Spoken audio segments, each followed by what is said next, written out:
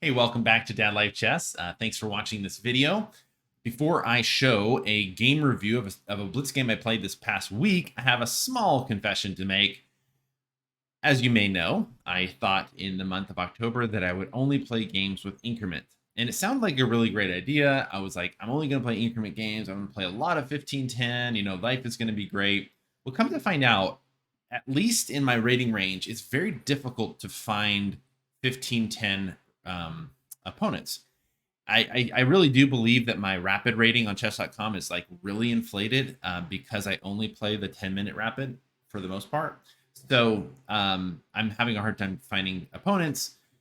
And what I was doing is I was like, well, then I'm going to play increment blitz, and I don't really think that's the healthiest choice either. So I was playing 3-2 blitz, and I really have a love-hate relationship with that time control. I went on like full tilt last week. I couldn't find games that were longer. It seemed like I wasn't able to find a game in the time that I was able to. I've actually had teammates from the Dojo Liga reach out saying, hey, let's schedule some rapid games, which I love the idea. It's just I don't have that much flexibility in my weekly schedule when it comes to chess. I often will after the kids go to bed, I'll try to record a video, or maybe maybe I have free time in the afternoon or whatever. I just kind of fit it in when it's available. It's very difficult for me to like really schedule my games. That was actually a difficult part this past week. Is I wasn't able to actually my opponent and I in the Dojo Liga were not able to find a time that worked for both of us. My opponent and I had a really busy week last week, so we ended up just taking the bye. So yeah, scheduling games is not exactly super easy for me. I just kind of play when I'm available. And I've noticed that it's actually difficult to find longer time control games online on chess.com when I'm not, when you're just doing it a random, seek in the 15-10 pool, basically. So I went on full tilt and I thought, oh, I'm just going to play a few, I'll just play a few, 3-0 blitz games to try and get my rating back. And as you might imagine, that those few games turned into way more than we should have played. So, but I decided, okay, no more 3-0 blitz. We're going to go back to longer time controls, probably be playing some 10-minute rapid games. But I do like that time control. It fits in my schedule. I'm able to get a game in and at least think through the moves and such. Well, anyway, let's go through this game. I'll show it to you. Love to hear your feedback. The opening is not super important. Remember, this is a blitz game, so there are some nuances. My opponent doesn't exactly play the best move order for the exchange Hirokon. It allows me to get this bishop to g4 move, but we get a very typical position like this where my opponent is going to try and attack on the king side. I'm going to try to break through with the minority attack on the queen side. And my opponent gets, some pretty strong amount of pieces over here to the king side. And so I decide, well, this was probably an inaccuracy for sure. They really had no reason to give up this knight, but they did, and I take back. And then they wanted to get their knight into e5. They really wanted to just get a pawn or something into e5. So I actually took with the pawn, and they took back here. The reason I did is because I saw this move before, and it's actually kind of interesting. The computer doesn't like this move, at least the computer that I'm looking at on chess.com, until it takes the computer, well, the entire time I was talking since now, to actually see that this is the best move. And on the game review, it gave it an exclamation point. D4 was a really good move, basically attacking the center. And my opponent's best move here is actually like rook g3, but I'm okay with that because I can play stuff like this. I'm still going to be on this.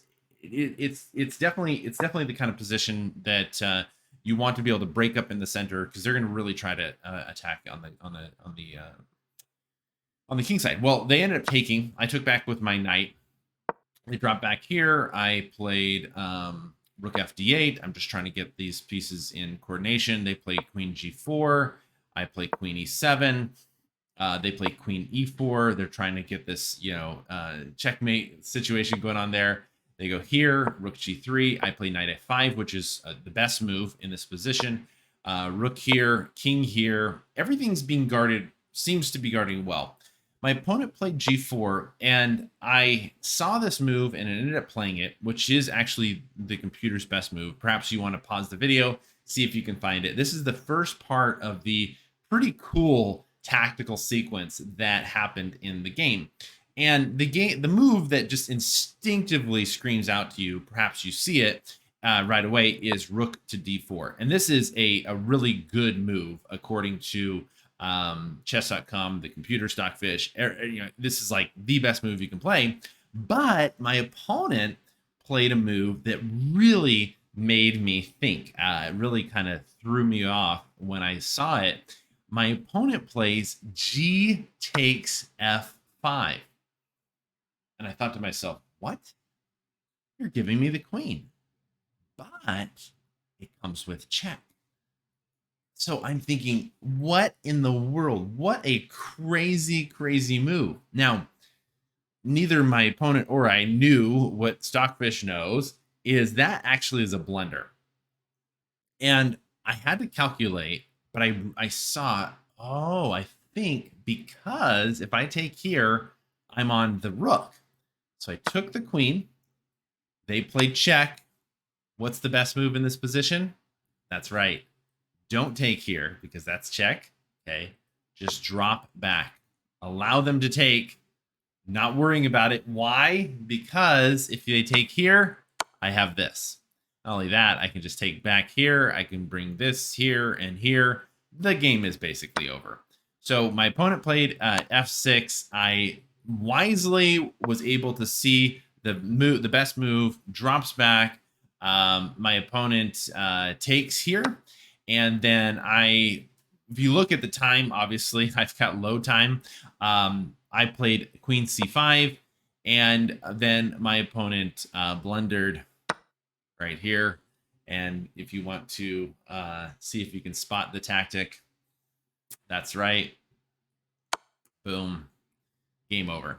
And my opponent resigned. But I was actually kind of happy in that game that I was able to see that I definitely had to take the queen. This right here is okay for me because I can drop back, and they're forced to take because I'm on this.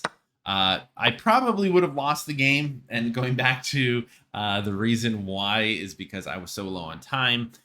If my opponent didn't blunder right away, because I only had 36 seconds left, but who knows, a lot could have happened. I am definitely winning according to the computer. It's plus, I mean, it's -3 in Black's favor. So yeah, moral of the story: if you play 100 3-0 blitz games in a week, you may have one game that you're willing to share on your YouTube channel. Take that to the bank. Write that down. No, in all seriousness, my whole approach to chess is I'm always adjusting things. I'm always changing things up. I like to try new things. If it doesn't work, then I'll adjust it. So I'm probably going to shelf the only increment October when it comes to longer time controls, rapid and classical. But when it comes to blitz, I'm probably going to force myself to only play increment blitz because, quite honestly, I don't like it. And I think it's going to keep me from playing too much blitz. Even when I was playing 3-2 blitz, I don't think it was as helpful as just playing 10-0 rapid or 30-0 classical games on Lichess. So that might be something I do, and I'll probably review those games on the channel. Let me know. I would love to hear your feedback. If you are a purist and you say only games without increment, or if you're a proponent for increment chess, let me know in the comments. Yeah, I'm just going to continue trying to get better. And for me, that means sometimes having to adjust the plans. So yeah. Hey, thanks for watching, and we will catch you next time on Dad Life Chess.